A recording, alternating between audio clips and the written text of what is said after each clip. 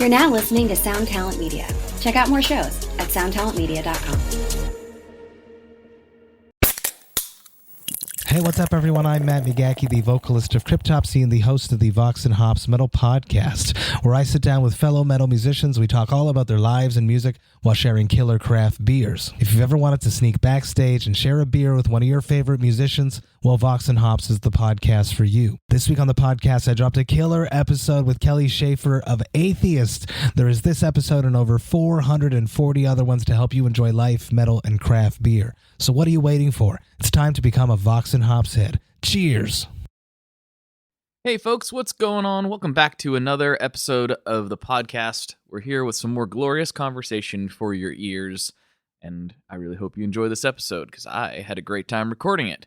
But before we get too far into it, I've got to tell you about something. And that something happens to be that I'm going to be in Nashville in a few weeks for Summer NAMM. So I talked about it a few weeks ago, but just kind of a reminder. I'm going to be there. I'll be wandering around saying hi, maybe doing a little podcasting. I'm not really sure how it's going to shake out and bringing the whole family down, so there will be a whole Wyland crew running amok. So it might be an interesting NAMM for me, but I'll be there.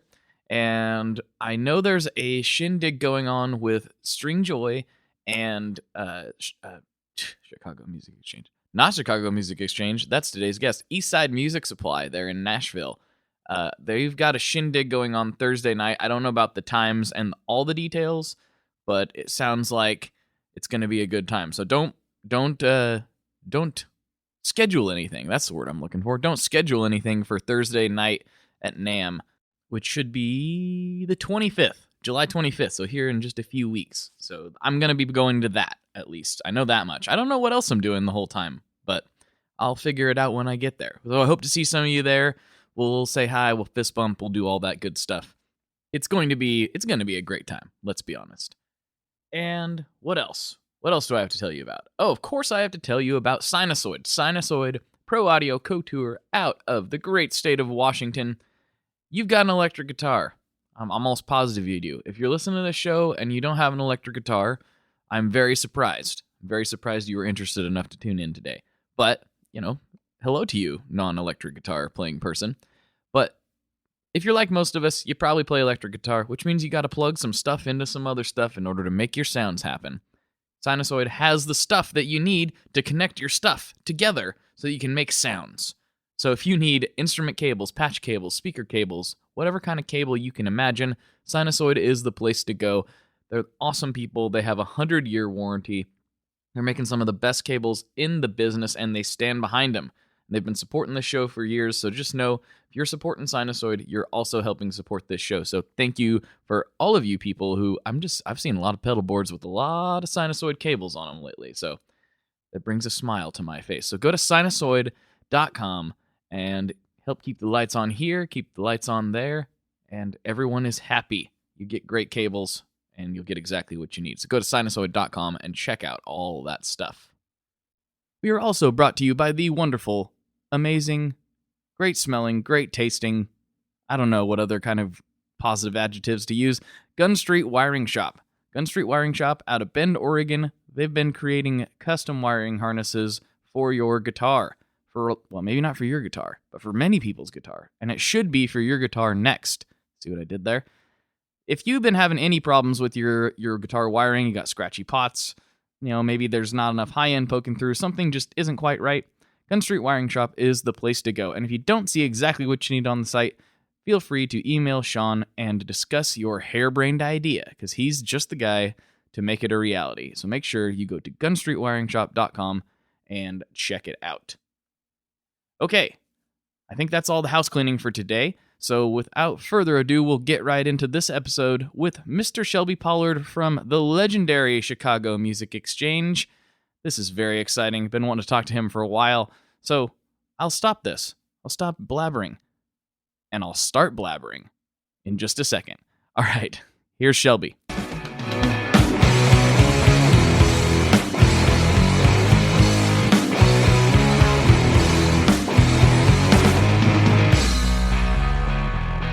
Hello, everyone. Welcome back to another episode of the Tone Mob Podcast, the show about guitar tone and the people behind it. I'm your host, Blake Weiland, and with me today I have Mr. Shelby Pollard from Chicago Music Exchange. How's it going, man? Great. How are you? I'm doing, I think it sounds like better than you. You're trapped in a basement. Well, sometimes you got to just find the quietest place you can, and conference rooms are taken. So I'm hiding in between a couple of boxed amplifiers, staring at some pedals. Oh, well, I guess that's not entirely different than me. I'm just above ground. Yeah, I yeah. am also staring at, excuse me, staring at some pedals, and I'm by a drum set, so it's a little bit different. But Yours my amps probably is are a lot, out of reach. yours probably is a lot cozier than my situation. I feel like I'm in a bunker with like our entire shipping department above me trying to ship out orders.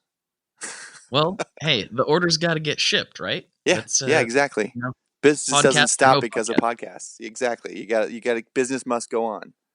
Absolutely, 100%. So a lot of people know who you are, but I don't know if that many people know how you got to where you are now. And so maybe you can start like, what made you pick up guitar, and how did that lead to you being at CME and being the jazz master guy?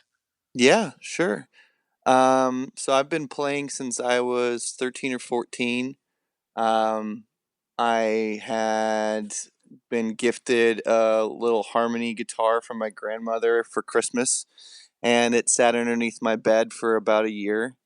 And yeah, then junior high came, and I vividly remember seeing Blink 182 play uh, on MTV, and was Oh just man. like completely enamored. It's kind of like this generation's Beatles Ed Sullivan moment, except for naked in front of a bunch of people on spring break, and not nearly as like cool or with like quite as much provenance. But that's the real true story. I saw them play and was like, man, playing music looks fun. And then, as my parents said, for about the next year, I very poorly was trying to teach myself how to play, and then all of a sudden one day it just kind of started to click. Um, so I've been playing for a really long time. It's the longest thing I've ever done, other than be alive, as I generally say. um, I like the, that. I might have to yeah, steal that one. That's a yeah, good one. it's the longest thing I've done except for live.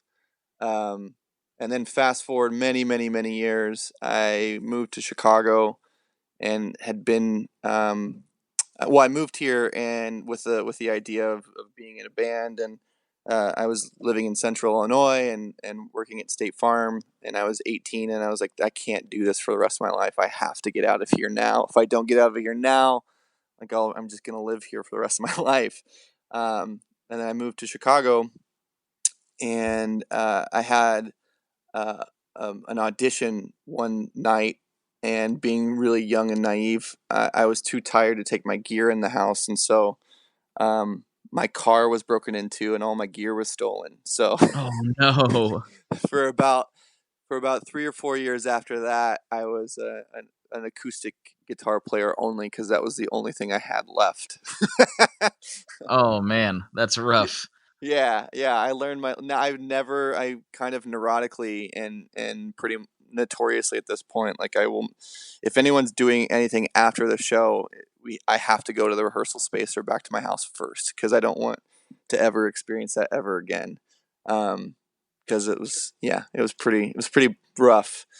And then my wife and I lived in Austin for a year, and I had a big enough tax return to purchase an electric guitar again, and an amplifier. I bought one of those little road worn Strats and a Hmm. Blues Junior, and I was playing blues music in Austin with a bunch of dudes that were a lot older than me.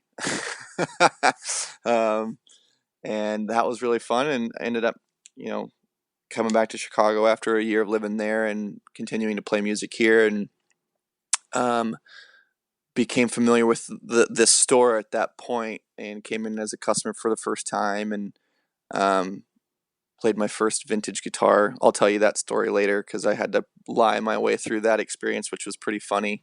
Okay. Um, All right. and then a couple years went by, and I started playing in a band here, pretty consistently, and became a customer of the shop, and basically at one point asked if they were hiring, and they told me I had no experience, and so I couldn't work in sales.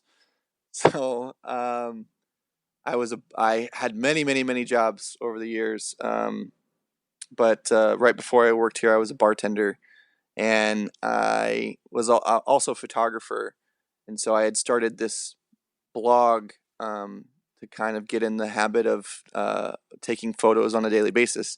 So just kind of guilting and forcing myself into practicing. And I had gone on a trip, and I came back and was at the bar and saw that that Chicago Music Exchange had an opening for a photographer in like their product photography department. And so when my good friend Chris Hirschman, who was our videographer here for many years, worked here, and I just texted him and was like, "Hey, I saw that Siemens looking for a photographer. Can you put in a good word for me?" And I had an interview, and 3 days later I started because they needed someone so bad. So they didn't really have like any opportunity to even kind of vet my skill level. Uh, so Perfect. I mean, yeah, that's just what you exactly. want. Exactly. Like I think they just like kind of liked me enough to let me start, and they just needed somebody so desperately that I was in, and I'd never done product photography before, and quickly learned how to do that, and um, worked in photo for a couple years, and then moved to sales, and been doing sales management for the past year and a half or so, 2 years. Hmm. That's the story. That's a That's the long. story. That's me. That's me for the past 18 years. There you go. You just took 18 years and tried to condense it into 7 minutes and 3 seconds. I did it. I mean, I didn't try. I think I did it. You didn't. You didn't. You went fast forward. That's the cheater move. Oh, That's the cheater I move guess on that was a podcast. fat. I mean, but there wasn't anything fun in between. It was like, yeah, there was just a bunch of bad pop punk music that was happening. You're trying to tell me that's not fun? Come on. I mean, That's yeah, fun.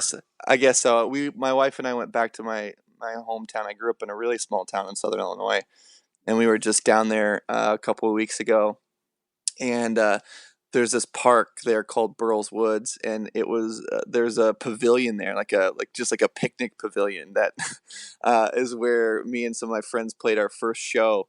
And I was laughing because I was telling her, I was like, we played a Blink-182 song twice because the first time we played it, the drummer's cymbal fell off the stand.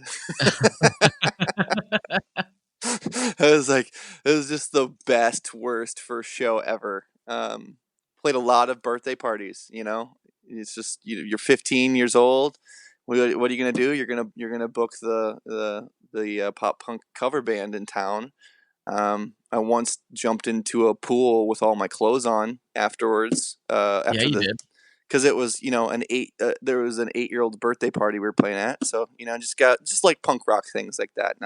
Not a big deal. Right, right. So, oh man, that's like there's playing the 8-year-old's birthday, and then there's like CBGBs. You were just like right there. I mean, it was Yeah, like yeah, and basically the same thing. I didn't even know what CBGBs was at the time. I was just like, I see that pool. We're gonna play the last note of the song, and I'm gonna jump in it. It's gonna be crazy. And I'm sure it was a great time, though. I'm sure it was Somewhere a lot there's of. somewhere there's a video. I've been asking my friend Eric for it for years. It was like I would love to watch this. I'm sure it's awful.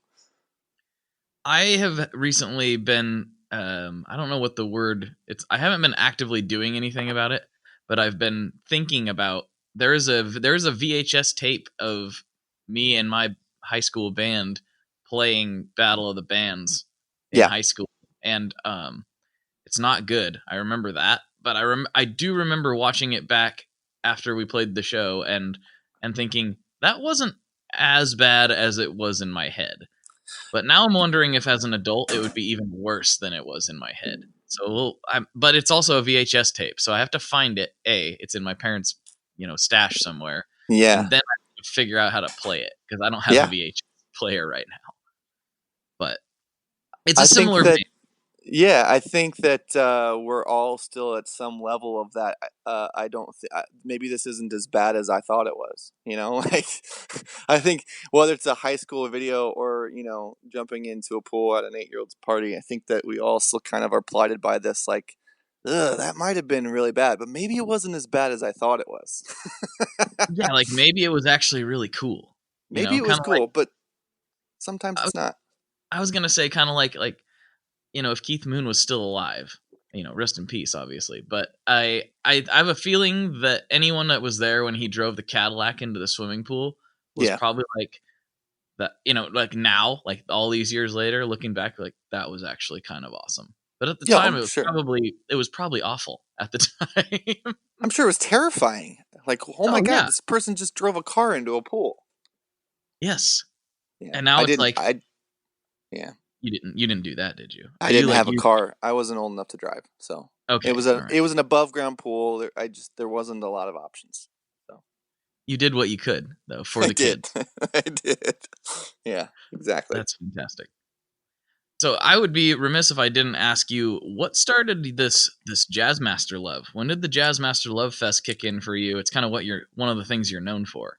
Yeah, yeah. It it really kicked in when I bought my first Jazz Master. I was in a band called Minor Characters for many years, and again, I was friends with all the people that worked here, and CME had always taken really great care of me, and I was always wrestling with like what guitar I wanted. I grew up playing Fenders pretty much exclusively, and was just always kind of on a search for like what my instrument was, and at the time, I had a Reverend that I bought on eBay because Jen Wassner from YOK had one. And that Civilian record came out, and I was just enamored by her and her tone. And I just, like, sight unseen, had never played one. I just found one on eBay and I bought one.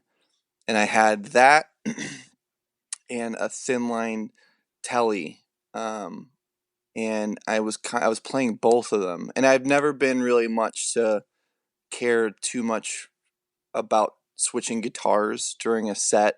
It was just like I really just want a good instrument. I just want like I can tune on the fly. Like we were playing in a bunch of weird tunings, and I kind of always revolted against that idea, and liked to just keep it simple and play around what the lead singer was writing. So I had that Reverend, and the Reverend has the bass cut knob on it. Mm-hmm. And I had come in to see me. I mean, I had been a fan of Nels Cline for many, many years, and obviously kind of was familiar with what a jazz master was. And I came in to CME, and I bought a classic player, and I played that for 3 or 4 years, and before working here, it was not as of an aggressive passion as it is now. But it just felt like the right guitar. I didn't really, I mean, before I worked here, I really didn't know anything in retrospect about instruments or how all of this stuff works or pickups and pots. I'm not one that really even kind of cares about that stuff now. It's like I always tell customers, it's like, does it play good and do you like it? Like, if it checks those two boxes, then then who cares? Who cares what anybody else thinks? And for me, some of my friends that were working here at the time were trying to get me to buy um, an American-made Jazzmaster, like probably one of those 62 or 65 vintage reissues at the time, and I just honestly didn't have the money for it, and um, I just didn't care. I like it. Just the classic player just felt so great and so right, even though they're like, well, the pickups aren't the right pickups, and at the time, like, it didn't matter to me. I was like, can I get rid of these two guitars? Can I give you this Jetstream? Can I give you this thin line telly? And will you give me that classic player? Like, that's as binary as it was for me. Like, Right. like, can I give you these two guitars for the one guitar that I want to leave with? And then like I said, I played that for many years. And then when I started working here, I bought what is, probably the guitar that I'm known for on my social media, which is my white Jazzmaster. And I was still working in photo, and I opened the case to take a picture of it to list it for a website, and I just closed the case and put it behind my desk because I was like, there's like I was like, there's no reason to even photograph this guitar.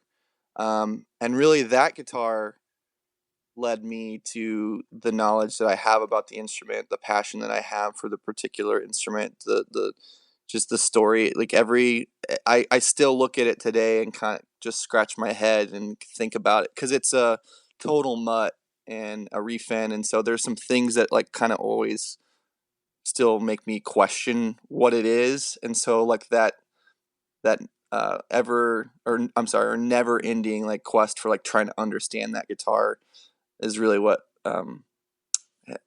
made me more infatuated with the Jazzmaster. And then simply like when I moved to sales, I was one of the only ones here at CME that really like was passionate about that guitar. And so um, when I first moved up to that position from photo, it was a terrifying move because I'd been doing videos here and there. It's funny, I look back at my first video for CME, and it is a Jazzmaster video, and like I can hear how terrified I am still to this day, like in my voice. Like it was. There's CME is a big deal. It was a big deal for me to be here. I never thought I'd be a part of the video team. I never had aspirations to work in a music store. I just felt so lucky to be here. And so when I moved to sales, I saw an opportunity to become an expert on something really specific because no one else was doing it. There was guys that were dedicated to Les Pauls. There were guys that were dedicated to Strats. Everybody kind of had their thing, and I was like, you know what? I'm gonna pick up this Jazzmaster thing and just kind of run with it, and that's how that happened. That's really interesting. So it just became that one, and it was like a light switch moment almost. You open the case and you like you didn't know it yet, but you peered into your future inadvertently. Yeah, You slammed yeah. it. You're like, no one else can take this from me. Exactly. I mean, I tell my wife all the time. It's like that's the best money I've ever spent in my entire life. Like I had no idea what that. I mean, it was a lot of money for me to spend. It was $2,500, and it's a vintage refinished Jazzmaster, Oh which my gosh, that's exactly what I want. yeah, and it's what everybody wants. It's like, and I got so lucky, and as I've dissected it and kind of spent more time, and that guitar has taught me a lot in a lot of different ways, and um I yeah, to dissect that in a couple of different instances, it's like I try to tell customers too, sometimes spending a little bit more than you're comfortable with is good. And I just disclaimer, I hate being a salesperson. I don't feel like a salesperson, and so when I say things that sound salesy, that's really not what I mean. Um, like I know it would be really easy for a salesperson to be like, yeah, you should spend a little bit more money. Like that's not what I mean. When you spend a little bit more money than you're comfortable, even if $50 or $100 is more than you're comfortable with, there's a certain amount of guilt that comes with crossing your own like comfort threshold that forced it, at least for me, it forced me to play that guitar for the first year straight. I kid you not, I could not leave my apartment in the morning without playing that guitar because I felt like it would be an injustice for the amount of money I'd invested in myself. Like for me, I had just purchased this instrument and I'd spent more than I was like really comfortable with. So I just felt like it would be an injustice to not play it. And it was just such a good investment in myself. And so it shaped the way that I relate to customers, and again, in not like a super salesy way, but just in a, when you are making a purchase or when you are dreaming of something, you are investing in yourself. So that guitar has paid me back in spades of experience over the past 5 years. So it was definitely a good moment. That's really interesting, and I'm going to start telling my wife when she asks me if I really need that. I'm going to say, Shelby told me it's an investment in myself, and so that's the way I'm going to look at it from now on. And I think that's a healthy thing. I think that's Yeah. just totally fine. I get a lot of angry phone calls from wives. No, I don't. That's a joke. I also have, but you have to. I also have a very strict one in, one out policy. So it's Oh, so there's that too. There's a balance to all of this. It's like you can't be hoarding stuff, and if you find something that's better, you got to be willing to part with something that you got that's not as good. you know what? This podcast is over. I don't need to Yeah, take this kind of abuse sorry. from you. This Yeah, is it's just real. ridiculous. All of my theories and all of my practices are really not great for a retailer, but that's the way we are here. That's the truth. Yeah. Well, I sense I've been verbally attacked on my own show. I feel like I don't need to pursue this conversation any further. Yeah, I'm hurt. no, I'm it's hurt. fine. That's fine. You can be you, man. I'm just telling you. I'm telling you what's up. I've only gotten rid of one guitar in my life, and I kind of regret it. So I mean, there's that. Yeah, But I there is a point. There's a point I'm gonna hit. I'm gonna hit what like max capacity, and I'm gonna have to do like what the Wilco's The Loft does every once in a while on Reverb, and just purges a bunch of stuff. That's gonna be me here pretty, maybe not pretty soon, but at some point in my life. yeah. I mean, working here. I had to instill that practice because if not, it would be really really bad. You think that not working in a music store is rough. Every single day there's something where I'm kind of scheming of, ooh, if I got rid of that, I could get this, or if I traded that, if I sold that. There's like really only a couple of pieces in my collection that are even able to be moved at this point. So I'm pretty locked in at the moment, which is good. I feel like I'm in a good place because ultimately, kind of coming back to the Jazz Master thing, like that's all I ever reach to play out anyway. So everything else that I have is just kind of for fun. Like I firmly believe, and my point of like sales to people is that everyone deserves to have one fantastic instrument, and then everything else is just for fun. Like it is a different palette. It does do a different thing. But when you have like that Jazz Master, like I hide it when I'm out of town. I leave everything else out as bait. Like just here you go. Here's some really expensive looking gear. Just steal that stuff. Just don't keep looking for anything else. Cause I like if that guitar was stolen or something happened to it, I would be completely destroyed. Oh man, I relate to that in a big way. I always hide my Junior when I go out of town, and I've debated like I have a safe I could put it in, and I've put Yeah. it in. I've done that too, which feels I feel pretty good about that. But Hmm. then like there's the weird paranoid part of me that's like, but if they come in to break in the house, they're gonna have a lot of time because we're gone for a week, Right. and nobody's gonna know, and it would be really easy for me to get a safe out of this house within a week, like. Yeah. I'm like, and they're gonna know the safe is where the good stuff is. Yeah. Like, maybe I That's the should put the problem. guitar in under the house, or some Yeah. crazy. I'll dig a hole and no one will find it. Like, I Yeah, don't know. let me clarify. When I say out of town, I mean gone for like maybe 10 hours. I'll hide it. If I'm going to be gone for a week, the guitar goes wherever my dog is going. So generally, it ends up being like the same way that my dog is being babysat by my mother-in-law. The jazz master is also going. Like there's no me relaxing for 5 days on a vacation, thinking that jazz master might be stolen in Chicago. Like there's no way for me to even remotely like chill out at all. No, no, especially considering you've had all of your gear stolen Yeah, at one yeah. point. This is completely PTSD. Like I've been there, I've done that. I don't ever want to do it again. So, but Well, because if it did happen again, and it was because you left it in the car or whatever, you would never forgive yourself. Like, no.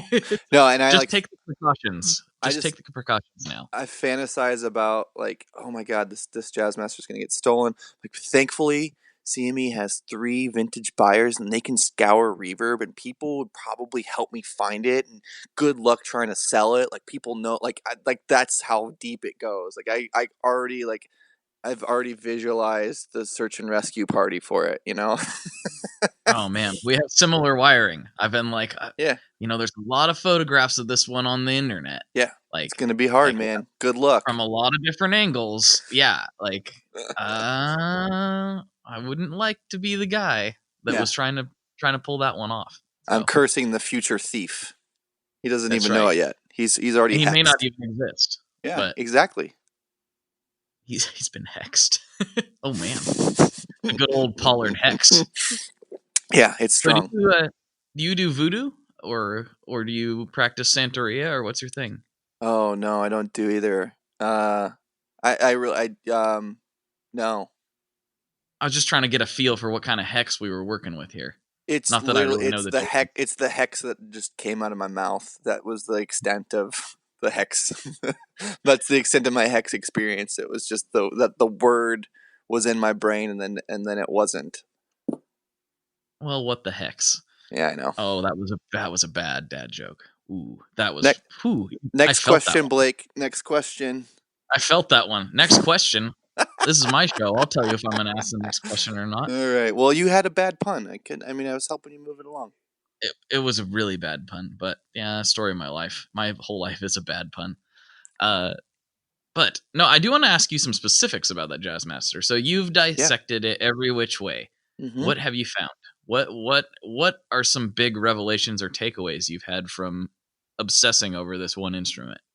Yeah, so it wasn't just me. It was at the help of many things. And first and foremost, I'm gonna say, Instagram and that whole community has like been fantastic. And when I started, um, this passion and purchased this guitar, like I really leaned on and found a couple of people that were also playing the guitars, i.e., Michael James Adams, and at the time. Woo, my boy. Yeah, at the time, Todd Weisenbaker was playing his Red Jazz Master a lot, and I found a couple of people that I just kind of pointed at and was like, I want to be friends with those people, and through the power of the internet, that really happened.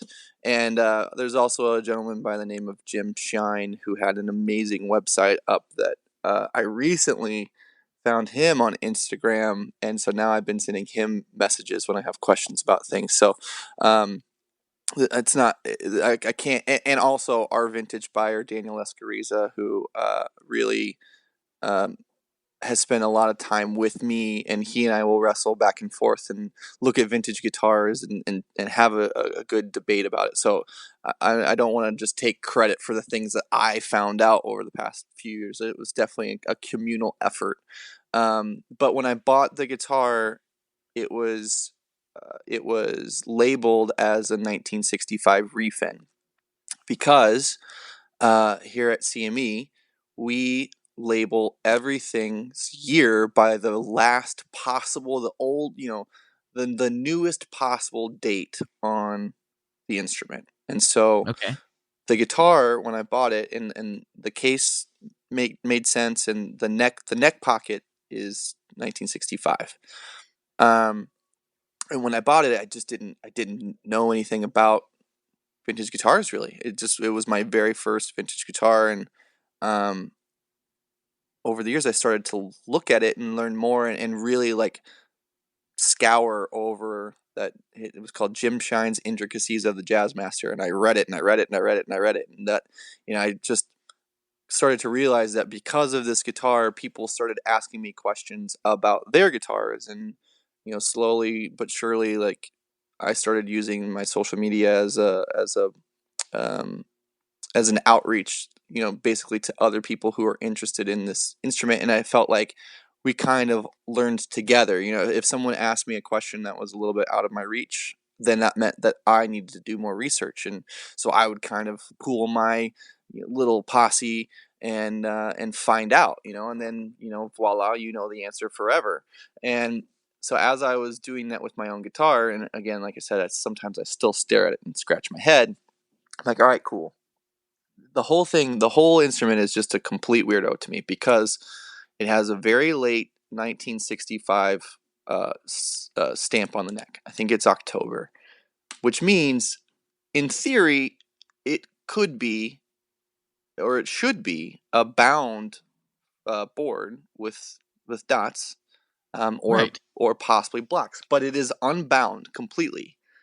And a quick disclaimer for all vintage aficionados or nerds or appreciators out there. There is no such thing as a completely true 100% answer all of the time when it comes to Fender. That's the most frustrating thing about working here and or like becoming really interested in the history of these instruments. Like there's no way to possibly know that everything is original all the time. And Fender, especially in 65, CBS takeover, like they're not following some staunch protocol. Like they're this massive, like monolithic company that's taken over this brand that grew too big for a one-time radio repairman. Like that's the story. Right. That's Right. the real story. It's not like there was some exact way all these things were made. So anyway, 65, late 65, most people will tell you it should be bound with dots because we're going to move into a period of time where it is then going to be bound with blocks. But it's not. Also, interesting fact about those bound fretboards with dots. A lot of those Jazzmaster necks are stamped with a Strat code in there. Those necks were originally built for Stratocasters, and people were freaking out, and so because they didn't like it, so they just put it on the Jazzmaster instead. So Wow. I had no idea. Yeah, there's a lot of those that are stamped 13 because they were built for Strats, but then it flopped and people were like, nope, and so they put it on the lesser model, and that's why you see that neck on a lot of Jazzmasters. So first and foremost is like, this is weird. So this neck is a 65, great. As I again started to learn, the headstock, the whole guitar is a refin, so basically any kind of natural convention is out the window. The label, the logo, is an old Fender logo. It's a spaghetti logo that would have been from an earlier year up until 62 or 63 was the transition into the big block logo, which most people think that that's a CBS thing, that's actually it's a pre-CBS change. They changed their logo before CBS bought the company. So you see those big F, like the big Fender F before 65. But it has a smaller spaghetti logo. Okay, cool. Someone just put a different logo on it when they were finishing the guitar. So then I'm taking off the pickguard and I'm looking underneath the pickguard and I was like, well, these pickups are black bobbin. They are not gray bobbin, as they should be from 65. So then I say, okay, well, again, someone refinished this guitar. Who cares? Maybe they put in earlier pickups. No big deal. It's still, because you can't really, again, say for sure. And then I'm still looking at the guitar, and I look at the trem piece, and the trem piece says patent penned. And I'm like, well, patent pending stopped, thank you, Jim Shine, again in 62, 63. Like you put a patent number on there in 62, like in preparation for the Jaguar. The whole spring underneath that assembly completely changes for not the Jaguar, the Bass 6. Okay. Gotcha. For the heavier strings because the spring changes in preparation for like the heavier string tension in 62, and at the time they get the patent number. So 62ish, that piece of hardware is different, and so all these things to me are like, oh man, this guitar is not. It's not a 65. I think it's a little bit earlier, but none of them were like definitive enough for me to just like really feel that way until I had the body open and I posted a picture of it. And I think maybe it was Blake Kimball or one of my Instagram friends was like, hey, those are taller crown thimbles. And that again denotes like a 61 or 62 or earlier. There's a period of time where they switched to a smaller bridge thimble that actually is kind of flush with the body, and this has a much taller thimble, and that piece was enough for me to say, okay, listen, you're gonna refinish this guitar, cool.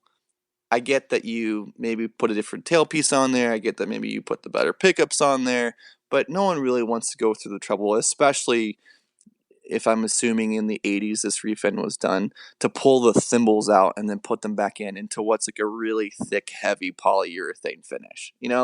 So I believe that the body of the guitar is 61 or earlier, kind of based on some digging around and some help from some friends. And the neck is a 65.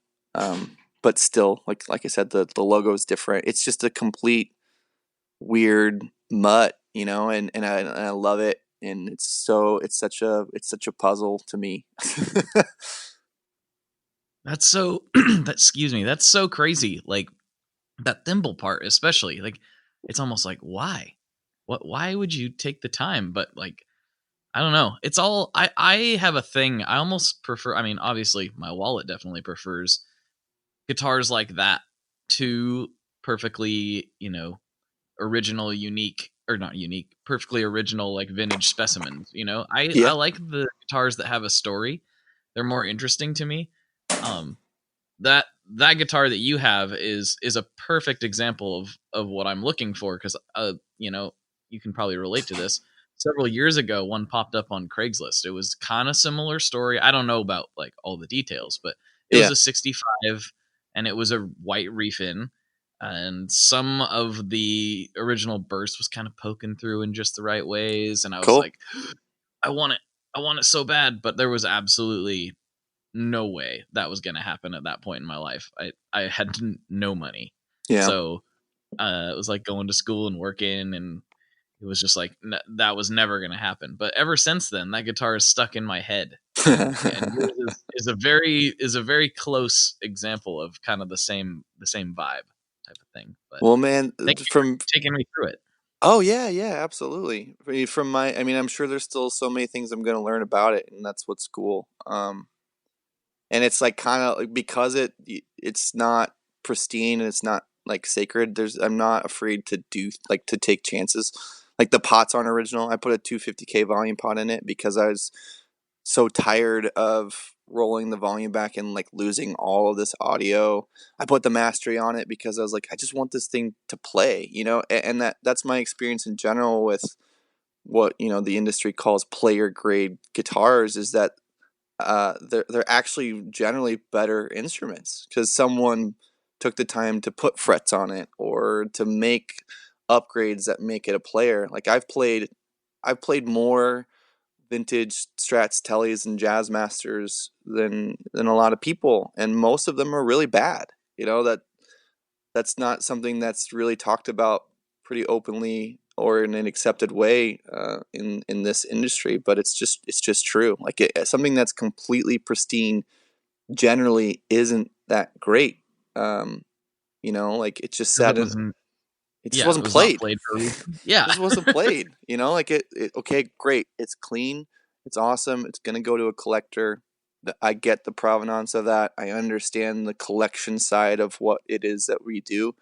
That's not what really interests me or motivates me. It is a part of the industry, and I accept it. But a lot of the best playing instruments, I have played some absolutely fantastic all original vintage guitars. They're just less frequent.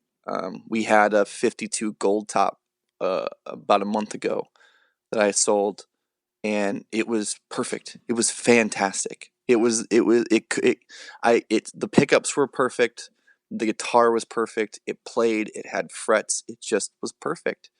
And a lot of times when people get really hung up on the vintage aspect of these guitars, you forget that really truly right now we're making better instruments than were ever made in that period of time. I don't know Oh if yeah.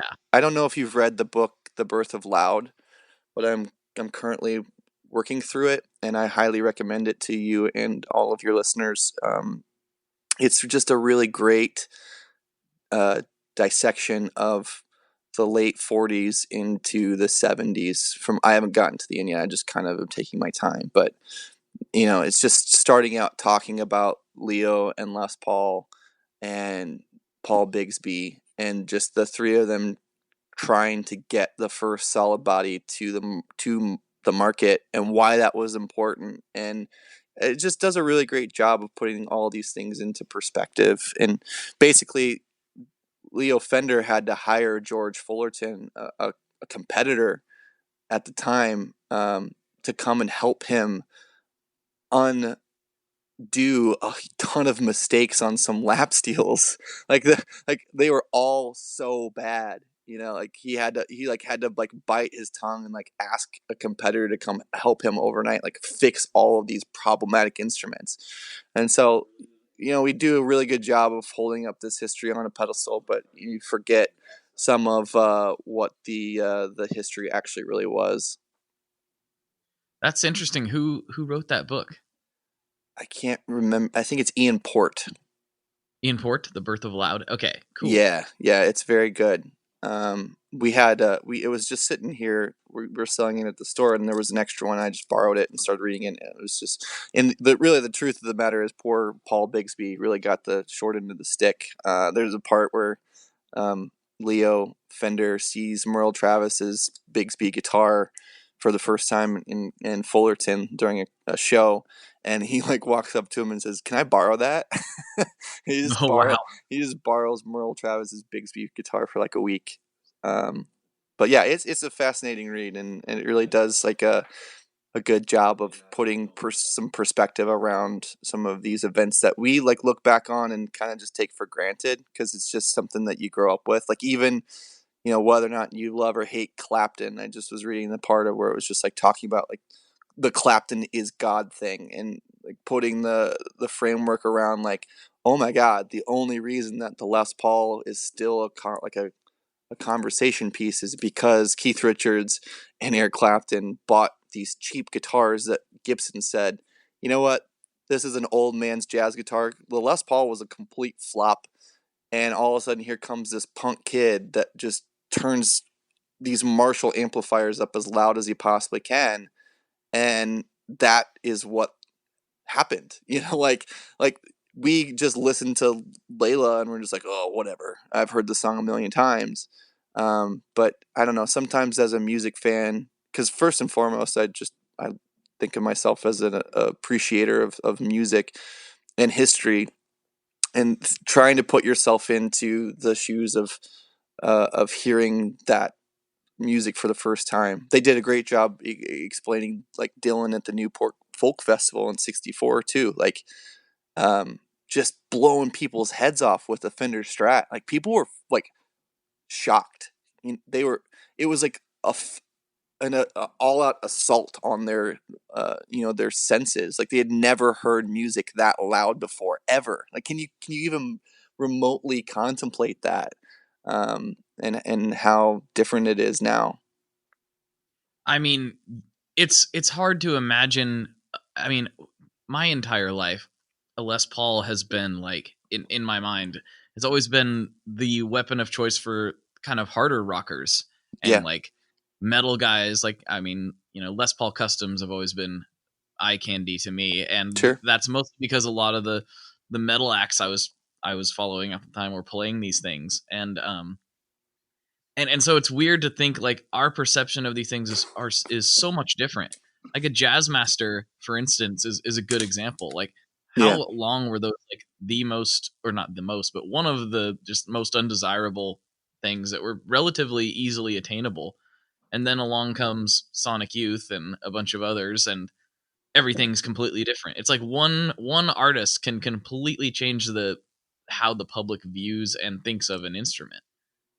Yeah, but even looking at the Sonic Youth and the Elvis Costello and the even the Nels Cline references, those guitars still, going back to the Jazz Masters, still really weren't interesting or accessible until 2007 or so. And really, it comes down to a gentleman by the name of Justin Norvell, who is one of the heads at Fender, who said, let's rethink the Jazz Master, and that was the classic player. And I was talking to him the last time, or the second to last time I was out there, about that. Like, that was his idea. And to really, there's a couple of changes on there or whatever, and to really like reimagine that guitar and take the step to put that out there was pretty brave at the time. And I mean, you're still seeing, I always say it's really easy for me to sell people on a Jazzmaster because most people don't understand it. They've never played one. And once they do, they're like, oh, this is really cool. Like, so for me, like the Les Paul and the Jazzmaster have a really similar story. Obviously, they've gone two very different directions in history, but they both remit for one thing, discontinued for a period of time, and came back and do something completely different than they were supposed to do. That's a really interesting analogy. I never really thought of them being that similar, because to me, as instruments, other than them being guitars, it's hard for them to be more different. But yeah, they're completely different. Yeah, the story is very similar. I never drew those parallel lines there. That's very interesting. Yeah, it just happens that, again, like Clapton and Keith Richards grab in the early 60s these discontinued, American-made guitars that are just, kind of lost on the market in the United States, and make them this incredibly iconic thing. And that never really happened with the Jazzmaster. It always just kind of flew underneath the radar with, like you said, like Sonic Youth and Dinosaur Jr. and Nels Cline. Like when I talked to Nels about his guitar, and he's like, when he bought that from Mike Watt from the Minutemen, like Iggy Pop's guitar player. He's like, when I bought it as just my guitar, like my rock and roll guitar. Like I just didn't. He's like, I didn't care about it. He's like, I used to throw it across stage, like to the drummer, and the drummer would rip the strings out of it. Like, he's like, it just didn't mean anything to me, And then it's just so like, a lot of what this whole entire industry is kind of retrospectively implanting importance on some of these things, where a lot of the guys and gals who played all of these types of instruments, they gravitated towards them because that's what was available. It really wasn't anything more grandiose than that.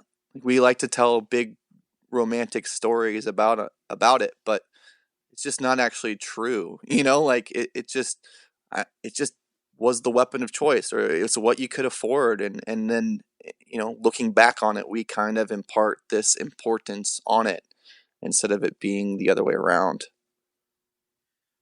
I mean, it could be that we're imparting importance on it, or it could be because of what happened to it and what it went through and what it eventually produced sonically, that it actually gained its own importance in some weird way. Maybe it almost like it earned it somehow. It definitely did, but the user wasn't the one who forced it. It was the instrument, right? Or it was the records, or it was the period of time. It was the music. It was the physicality of what you could create with whatever the instrument may be. But it definitely wasn't the user. It wasn't Eric Clapton like being a vintage snob. There was no such thing as a vintage snob. Like it didn't. Right. It didn't exist. That didn't exist. It was just, I saw Keith Richards play this one time. I am enamored by American music. Here is this American-made guitar hanging up in a shop. I will buy this. Like that's it. That's all that it was. It wasn't anything bigger than that. So, but you're right. Like what was created because of it is what makes it important. Yeah. So it's almost a way, like you could view it as two different ways. You could view it as what you said, where we bestow importance upon it because of what it created, or maybe what its creator and its owner was able to do with it was important enough that it became important. I don't know. It's kind of splitting hairs, and it doesn't really matter at the end of the day, but it's a weird philosophical type of question, I suppose. I love those types of questions. There's no real answer to that. I guess. There doesn't need to be. I think, it's just, there's two ways to look at a lot of stuff, and, whatever way anyone chooses to approach it is the way that you should approach it. But for me, it's just a good reminder, especially working in this industry, just to, again, like I said, do you like it? and does it play good? Like that's all that matters at the end of the day. Yep. End of the story. 100%. Yeah.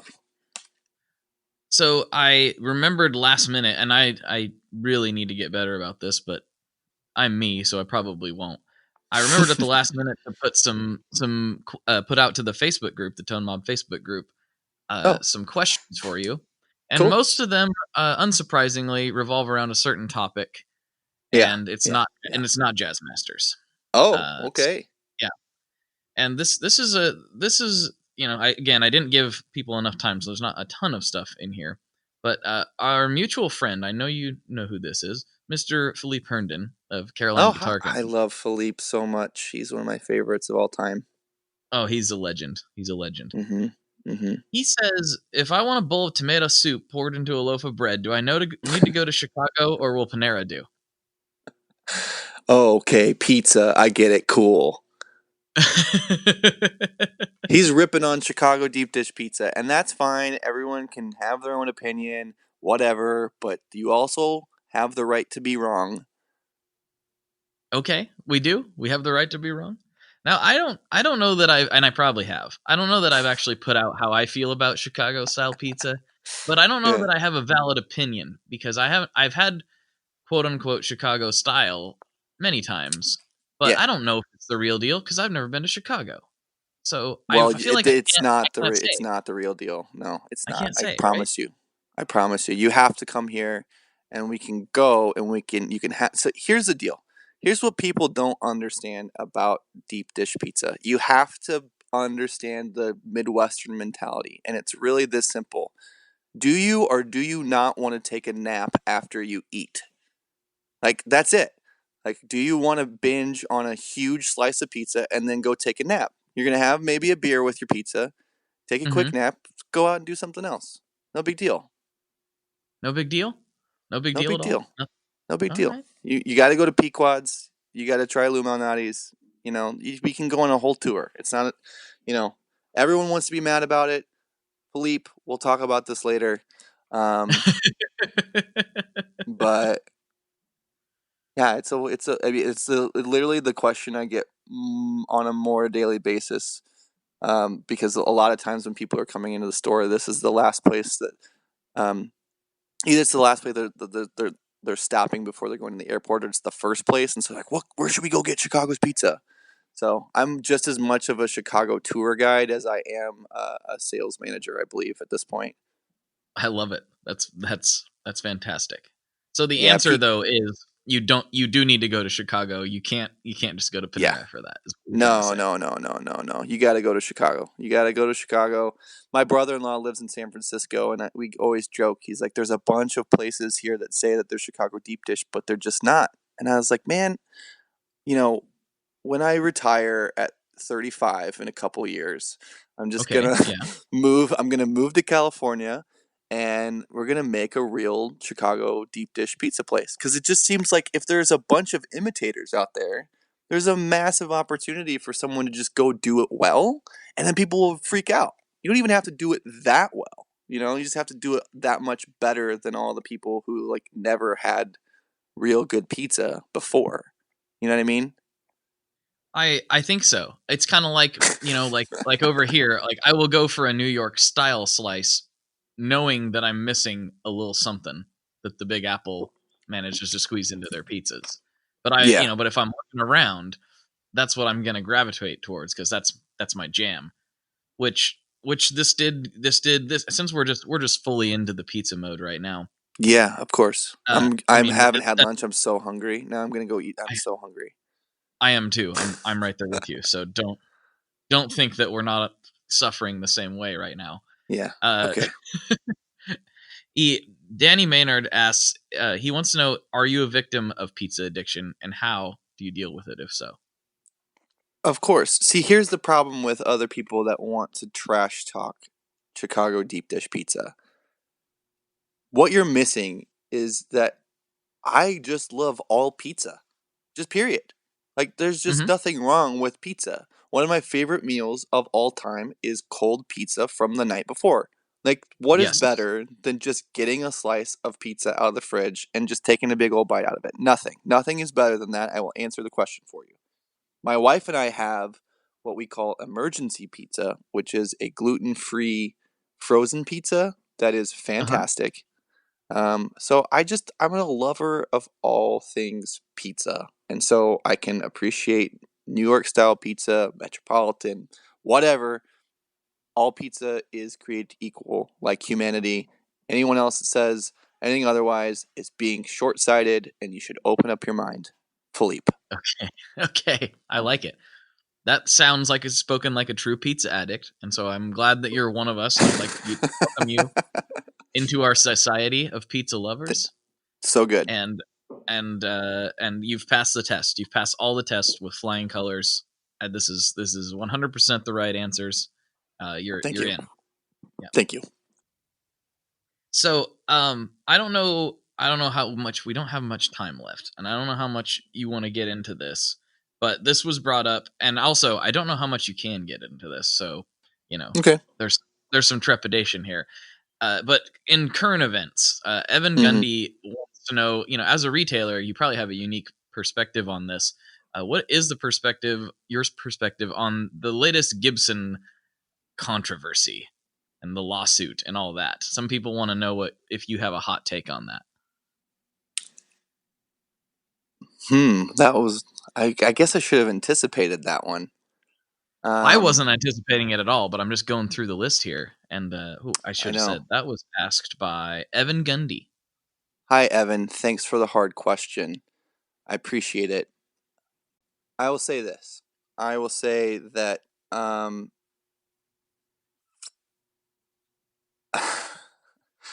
Wow, I don't know what I'll say. I think that I think it was a mistake. I think that people make mistakes.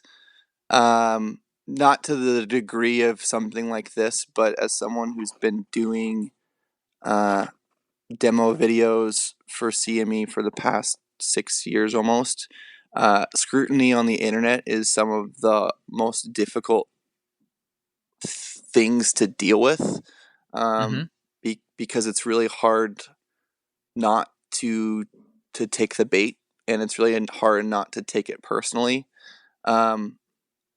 I generally am a person that tries to be pretty forgiving. I know this is probably not the hot, juicy answer that anybody wants. I think it was a mistake, and people make mistakes, and being at the top of kind of your remarketing, rebranding thing, and coming out and doing that, it is probably the wrong decision. But I think that there are a lot of people that are pushing back on it, and gravitating towards it because they do want to just be a part of the commotion in regards to it. I watched it. I know what was said. I think that man, I don't I don't know. That's a hard one. That is a hard one. There are some things that I would say that I would be fearful, because I feel like people wouldn't understand, and people don't understand. There have been You would times in take it my out of experience. context or something. No, it's not. It's not that. I don't want to defend anything. It's just, I think it's a hard time to say anything about anything sometimes, and so in a world, it creates a lot of vagueness. I don't think that it behooves a large manufacturer to come down on boutique builders, but Fender also has done that throughout the years. They just don't do it publicly. So This is true. They definitely you do. know but for some good reasons. So I don't know. I'm not answering the question, and I know that I'm dancing around it because I don't feel like I don't think the whole situation just makes me really sad for everybody. If that's the most succinct answer I could give. It's just unfortunate for everybody when things like this happen. There are people involved. I know Mark. I like Mark. Like, so it's not fair to rip into people or situations without knowing the full story, and not a lot of people get to know the full story. So that's my diplomatic answer. I feel Okay. I feel sad for my friend Mark, and I also feel sad for some boutique builders I know, and it's just, it sucks. Yeah, that's probably the best. Actually, that we could just cut all that other stuff out. It And sucks. It we'll just just put sucks. that. We'll just put that. Sucks for everybody. It sucks for everybody, and other people have done things, from other companies that also suck. So just kind of It's remember true. that. It's very true. I just as a consumer, and also as I'm a Gibson fan. Like, I own more Gibsons than anything, and I've always played Les Pauls. Like, Yeah. I'm a big Gibson fan, and so I've like just been rooting for them for a long time. I mean, don't get me wrong. In 2015, I had some things to say about those changes, but I still like Sure. am a big fan of the brand and the history and the company. And I've also always really liked Mark's stuff as well. I don't know him the way you do, but I've always really enjoyed him and the content that he's put out. And so to see that was like, I was like taken aback a little bit, and I was also like, this it's kind of the same thing as you. Like, this is all very unfortunate, and I was extra bummed because I was like, they're finally making a bunch of great moves, and then this happened. I was like, oh my, come on, boys. Come on, boys. Yeah, Let's do I mean, I feel like I said, I feel like that just opens up so many things for me. Like, I don't know. Just I want to encourage everyone to remember that there are still great things happening there, and I was just recently telling somebody. I'll speak from my own personal experience about the Gibson brand. How about that? That I works. think that a lot of people call this store or come into this store. I get this question on a daily basis, which is, has Gibson's quality really gone down? And my answer has always been, now mind you, I'm a Fender fan. My answer has always been that there's never been a period of time where Gibson's quality has gone down. They've made some difficult decisions over the past. What happens is, and I think that this is hard for all brands, not just Gibson, not just the boutiques. You have some big box stores that don't take care of their instruments. And so, on a large majority, people's experience with those instruments are walking into those stores and they're not in tune, and the action's very high, and they have problems because they're not catching them. They're not worried about the quality of that customer's experience. And so a lot of what people have experienced about Gibson over the past couple years, I don't fully blame on Gibson. And I'm telling you, I've been to all of their factories, and I've met the people who have run those factories for many years. And the irony about the boutique world versus the Gibson world is that some of the luthiers, some of the master builders that have worked at Gibson for years, have designed some of the more interesting boutique looking things to pitch for the market, and sometimes those things just don't happen because of business. And the unfortunate thing about working in retail, music retail, is that we're having to very difficultly forge the idea of artistry and business, right? Like, those two rubbing up against each other are really, really difficult things to figure out how to navigate. So the people that are working on the factory lines and making the design decisions for that company are doing a fantastic job, and I can say that with 100% confidence to anybody who would be worried about that. I would agree with you. I actually have played way more Gibsons in my life that were passable or excellent than I have really bad ones. Honestly, like way more nice ones than I have bad ones. Yeah, we've all seen the pictures on the internet, and we all know why the headstocks break sometimes. Like we all know that. Like it's not news to anybody, but like at the same time, I don't know. The headstock break is just how the design is. Like it's just how it is. And any attempt to fix that, like when they were adding volutes and trying to do anything, has been met with a bunch of pushback. So it's kind of like, well, if you don't want them to fix it, then you got to stop complaining about it, because they've tried before and everyone pushed back. So do you want the legacy or do you want functionality? Which one do you want? You can't have both. You can't have both. Do you want the thing that looks exactly like your idol's guitar? Then it's gonna have issues. You know, one thing that we run into all the time at the store is dye bleed into the binding. It's like that happens. I have looked at a 59 and a 60 Les Paul. That is what happens. That is what's gonna happen. It is a chemical reaction between your hand and that dye, and it is not a flaw from the factory. That is what happens. So, I don't know. A lot of people's perception on what's going on is just kind of entangled in the internet machine, and as much I try to be a part of the internet. I try to be a part of the internet machine, but not get like caught up in the fire of it. You know.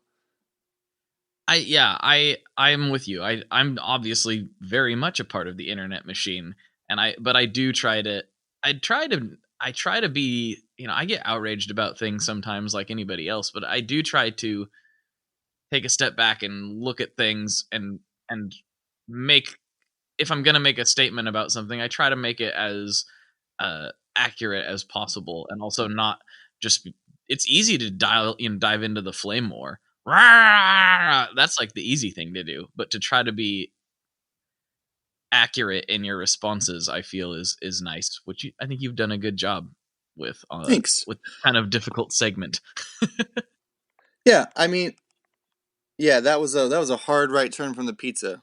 I almost didn't ask it because it was so aggressive. I was sitting here reading it, going, maybe we're not going to get into it, but like, I really want to know what he thinks about this. So I'm sorry, but sometimes no, it's fine. Like I said, I think it's really easy to just assume the worst, and that's not how I like to live my life. And from my perspective and working here, some of the gripes that people have about any of these issues, I get to actually go work with those vendors and make some of those changes, and that's the cool part of this job. For sure. Well, man, thanks so much for coming on. I had a really great time talking to you, and thanks for getting into that there at the end. We were pretty chill, and then that got a little bit gnarly, but no, it's cool, man. Giving your opinion and hanging out, and all the information has been just fantastic. So thank you. Yeah, no problem. So before we sign off here, was there anything you want to leave the folks with? Anything you need to tell them? Get off your chest. No, I think I just did. I think I just did. I'm on the internet at Shelby Pollard on Instagram. If you have any questions about Jazz Masters, you can always call me. If you like to talk about guitars and you're in Chicago, come by Chicago Music Exchange and I'll show you around the shop. Okay, I will. That's a high on the goals list for me. I need to get over there. It's a bucket list item. Absolutely. All right, everybody. For Shelby, this is Blake, and as always, folks, good luck and good tones. Okay, we did it. We made it through. We're here at the end of the episode. So thank you very much for tuning in. Make sure you check out all things CME, even though I'm sure you're already doing that. And make sure you give Shelby a follow on Instagram. I know he'd like it, and he puts out a lot of good stuff on there. So make sure you do that. It's just at Shelby Pollard, like he talked about. You can find it. It's easy. And And if you're, not following the Tone Mob on Instagram, that's something you could do. I've been putting up a lot of IGTV videos lately. Just some kind of just basically demos, just in a little bit different form. Trying to like work with the vertical video format and make it like as cool as I can. I don't know. I'm still really new to video stuff, but sonically they sound pretty cool, and people have been digging them. So you can go to the IGTV page. You can go to it through your normal Instagram app. You can download the IGTV app if you want to, but you don't have to. You can get at it through the normal IG. And yeah, I've got like 4 or 5 videos up. I've been trying to do one a week. We'll see how that goes. This is all new for me, like I said. So if you want to hear what the DE7 sounds like, I did a DE7 video last week. So that's the last thing I did. If you're looking for some weird black and white Dungeons and Dragon themed video, you'll see what I mean. But anyway, thanks for tuning in. If you could tell a friend about the show, obviously that helps an enormous amount.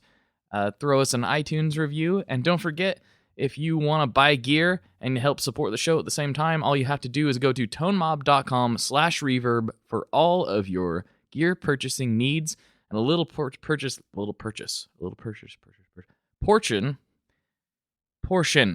Ugh, I've been talking so much. A little portion of each sale will go back and help keep this thing going. So without further ado, I'll talk to you next time, and all that good stuff. Later.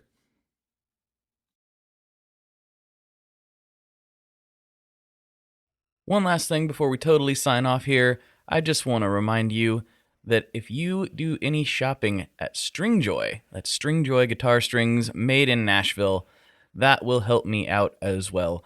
As I've said for years, I'm heavily involved in that company, and I really do think they're making the best products on the market. So if you would like to try custom strings, go to tonemob.com/stringjoy and check them out today. I seriously love what the team down there is doing. I help them out with all kinds of things, and by you supporting them, you are also supporting me as well. And hey, you need some strings, so why not get some custom strings just for your guitar and playing style? Again, the link for that is tonemob.com/stringjoy, and that will take you right to their website, and you can do all your shopping through there, and that will help everyone involved out. So thank you very much. Talk to you next time. We are brought to you by the wonderful folks at Gun Street Wiring Shop. Yes, Gun Street Wiring Shop. I've talked about them before. I used to say based out of Bend, Oregon, but guess what? Sean moved to my neck of the woods. Sean's in Portland. Sean is awesome and has helped me with a bunch of stuff lately. And if you have wiring needs for your guitar, he can help you too. If you want to get weird with it, he can get weird. If you just need to spruce things up a little bit, there's your guy. He takes all the guesswork out of doing your guitar wiring, and he makes it simple, and his customer service is top-notch, and I can't say enough good things about Gun Street as a company. I really respect Sean and what he's all about, and the product is top-notch. I've got 3 different guitars that now have Gun Street harnesses in them, and I could not be happier. So go to gunstreetwiringshop.com and check them out.